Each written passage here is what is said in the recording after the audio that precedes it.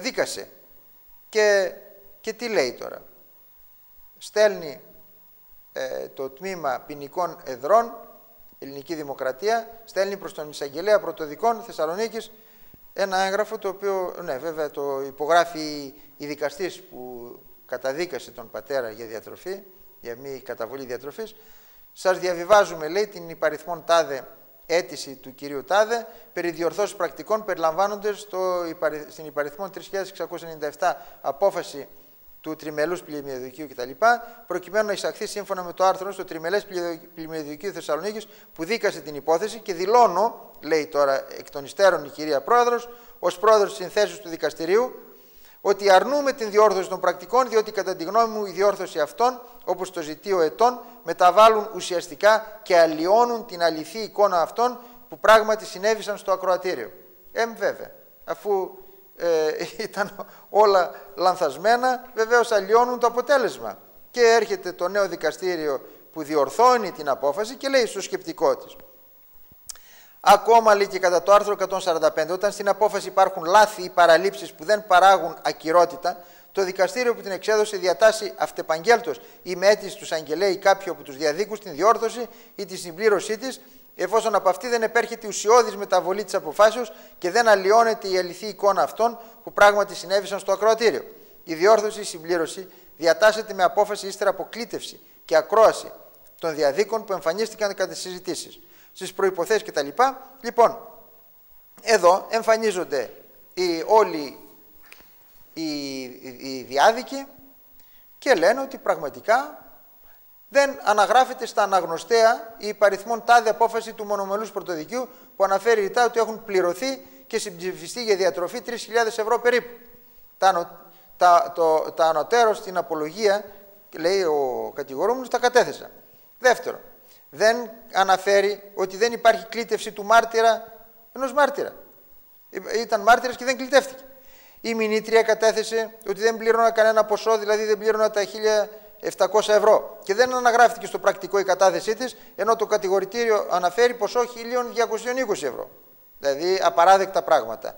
Ενώ η απόφαση γράφει 1.700, ήταν 1.200. Στο παραπάνω πρακτικό δεν αναφέρει καθαρά για το ποιο ποσό καταδικάστηκα. Ούτε αυτό αναφέρει η απόφαση. Εγώ κατέθεσα ότι το πλήρωσα στο πολλαπλούν από το ποσό των 2.000 ευρώ που έδωσα, αντιστοιχεί μέρος στη διατροφή. Επίσης το αναφέρει και η μηνύτρια ότι κατέθεσα χρήματα σε βιβλιάρι και τραπεζικό λογαριασμό. Δηλαδή ακόμη και η μηνύτρια που αθωώνει τον καταδικάζει η δικαστής. Αυτά δεν αναφέρονται στο σκεπτικό της απόφασης. Το ίδιο και για το ποσό των 3.000 ευρώ. Οι μάρτυρές μου δήλωσαν ρητά ότι αποδεδειγμένα έχω πληρώσει το ποσό της διατροφής τη συγκεκριμένη περίοδο και δεν αναγράφεται. Συγκεκριμένα, η τάδε μάρτυρας κατέθεσε ότι συμψηφίστηκε το ποσό των 3.000 ευρώ. Και επίσης τα παραπάνω στοιχεία αποτελούν ουσιώδη τμήμα, μέρη και λέει τώρα η απόφαση. Τα παραπάνω στοιχεία αποτελούν ουσιώδη τμήματα, μέρη και αποσπάσματα της υπαριθμών αποφάσεως, τα οποία εάν συμπληρωθούν και διορθωθούν, είναι πρόδειλο ότι θα επέλθει ουσιώδης μεταβολή της προαναφερθήσας αποφάσεως, αφού θα αλλοιωθεί η βεβαίωση των παραπάνω στοιχείων αυτών και συνεπώς πρέπει να απορριφθεί η κρινόμενη αίτηση. Δηλαδή απορρίπτουν την αίτηση που λέει να διορθωθεί το πρακτικό, παρόλο ότι βεβαιώνουν ότι υπήρχαν αυτά τα σφάλματα, διότι με το σκεπτικό ότι θα αλλοιωθεί, βέβαια, δεν θα είναι πλέον καταδικασμένος, αλλά θα είναι αθώος. Και έτσι, λοιπόν, αυτό συμβαίνει στα ελληνικά δικαστήρια σε αυτά τα θέματα. Τώρα, στην τελευταία ημερίδα που έγινε στην Λάρισα, και εδώ ας πάμε λίγο να δούμε και ποιες πολιτικές προεκτάσεις υπάρχουν στα θέματα αυτά, συμμετείχαν πάρα πολλοί πολιτικοί και άλλοι έστειλαν γράμματα, όπως βουλευτής ο κύριος Ζώης, ο κύριος Έξαρχος, τέλος πάντων από όλα τα κόμματα στέλνουν γράμματα για να πούν τη συμπαράσταση και για την αδικία αυτή που υφίστανται οι πατεράδες στα δικαστήρια, και ουσιαστικά χάνει η κοινωνία, χάνει το κράτος από ανθρώπους οι οποίοι μπορούν να ασχοληθούν και να απασχοληθούν δημιουργικά στα επαγγελματικά τους, χάνουν το χρόνο, χάνουν την ψυχική τους διάθεση και το χρήμα φυσικά και το εναποθέτουν αυτές χρόνο και χρήμα στα δικαστήρια, αντί να προσφέρουν στην κοινωνία, να προσφέρουν στο κράτος τόσο δημιουργικά. Και άλλα πολλά. Τελειώνοντας, μόνο ένα θέλω να σας πω, ότι πριν τελειώσουμε για σήμερα, ένα κείμενο της Doris Lessing. Η Doris Lessing, ξέρετε, πήρε το βραβείο λογοτεχνίας πριν από 2 χρόνια και ήταν η πρώτη φεμινίστρια. Λοιπόν, αυτή η Doris Lessing, όπως και άλλες πρώτες φεμινίστριες φυσικά, αναφέρθηκαν σε όλα αυτά τα θέματα των διαζυγίων και την απόγνωση των ανδρών, των πατεράδων, και τους δικαιώνουν και λένε λάθος δρόμο είχαμε πάρει τότε σαν φεμινιστικά κινήματα και αδικήσαμε τον άνδρα, αδικήσαμε τον πατέρα, και να που φτάσαμε σήμερα, φτάσαμε ώστε να μεγαλώνουν τα παιδιά χωρίς πατέρα. Λέει η Doris Lessing τώρα με 2 λόγια: με σοκάρει όλο και περισσότερο η απερίσκεπτη και αυτόματη μείωση των ανδρών που αποτελεί σήμερα τέτοιο μέρος της κουλτούρας, που σχεδόν κανένας δεν δίνει σημασία. Καταπληκτικά πράγματα έχουν επιτευχθεί μέσω του φεμινισμού. Σήμερα υπάρχει αρκετή ισότητα, τουλάχιστον στο μέτωπο των αμοιβών και των ευκαιριών, αλλά σχεδόν τίποτα δεν έχει γίνει στον τομέα της ανατροφής των παιδιών. Την πραγματική απελευθέρωση. Έχουμε πολλές καταπληκτικές, έξυπνες και ισχυρές γυναίκες παντού, αλλά τι συμβαίνει με τους άνδρες, γιατί όλα αυτά έπρεπε να αποβούν εις βάρος τους, και άλλα πολλά. Λοιπόν, βρέθηκα, λέει, πρόσφατα σε μια τάξη με μαθητές 9 έως 10 ετών, κορίτσια και αγόρια. Η νεαρή δασκάλα έλεγε σε αυτά τα παιδιά ότι η αιτία των πολέμων είναι η έμφυτη βία φύσης των ανδρών. Μπορούσες να δεις τα κοριτσάκια να φουσκώνουν από αυταρέσκεια και έπαρση, ενώ τα αγοράκια να κάθονται εκεί ζαρωμένα, απολογούμενα για την ίδια τους την ύπαρξη, πιστεύοντας ότι αυτό το μοτίβο θα συνεχιστεί σε όλη τους τη ζωή. Η δασκάλα προσπαθούσε να συναντήσει το βλέμμα μου, θεωρώντας ότι επικροτώ αυτές τις αηδίες. Αυτά τα πράγματα συμβαίνουν σε πολλά σχολεία και κανένας δεν λέει τίποτα.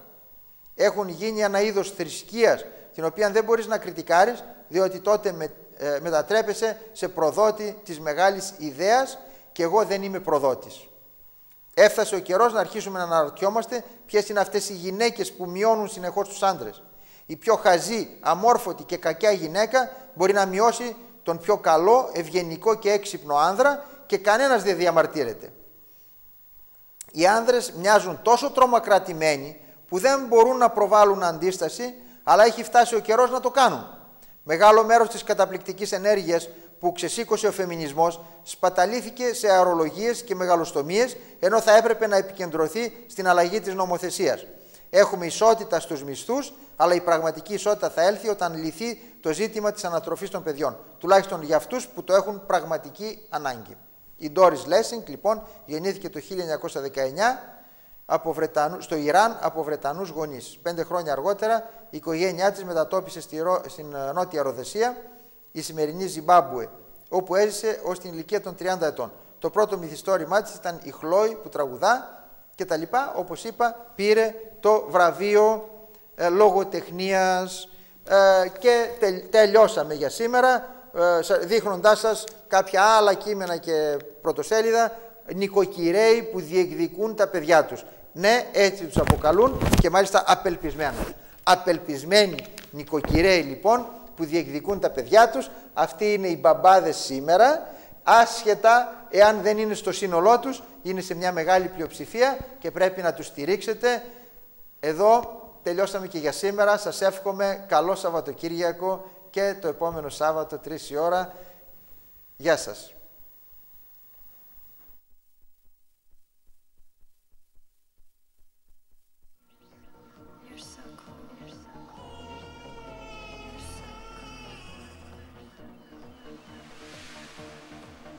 Για χιλιάδες γονείς και παιδιά που χώρισαν μετά από ένα διαζύγιο, η ζωή είναι ασπρόμαυρη.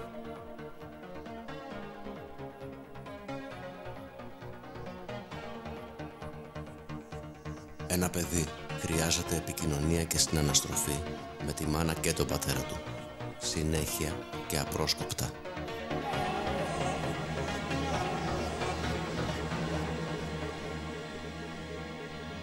Πρέπει να δούμε τη ζωή με τα μάτια του παιδιού μας και να συνεργαζόμαστε ειρηνικά με γνώμονα το καλό του.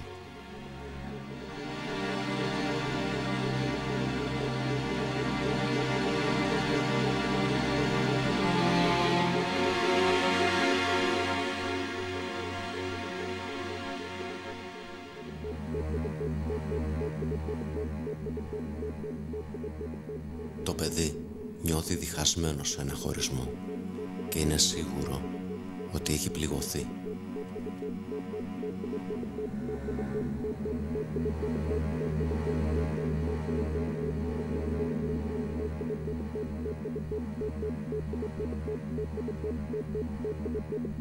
Η ελλειπής επικοινωνία και συναναστροφή των παιδιών με τους γονείς τους έχει ανυπολόγιστες συνέπειες.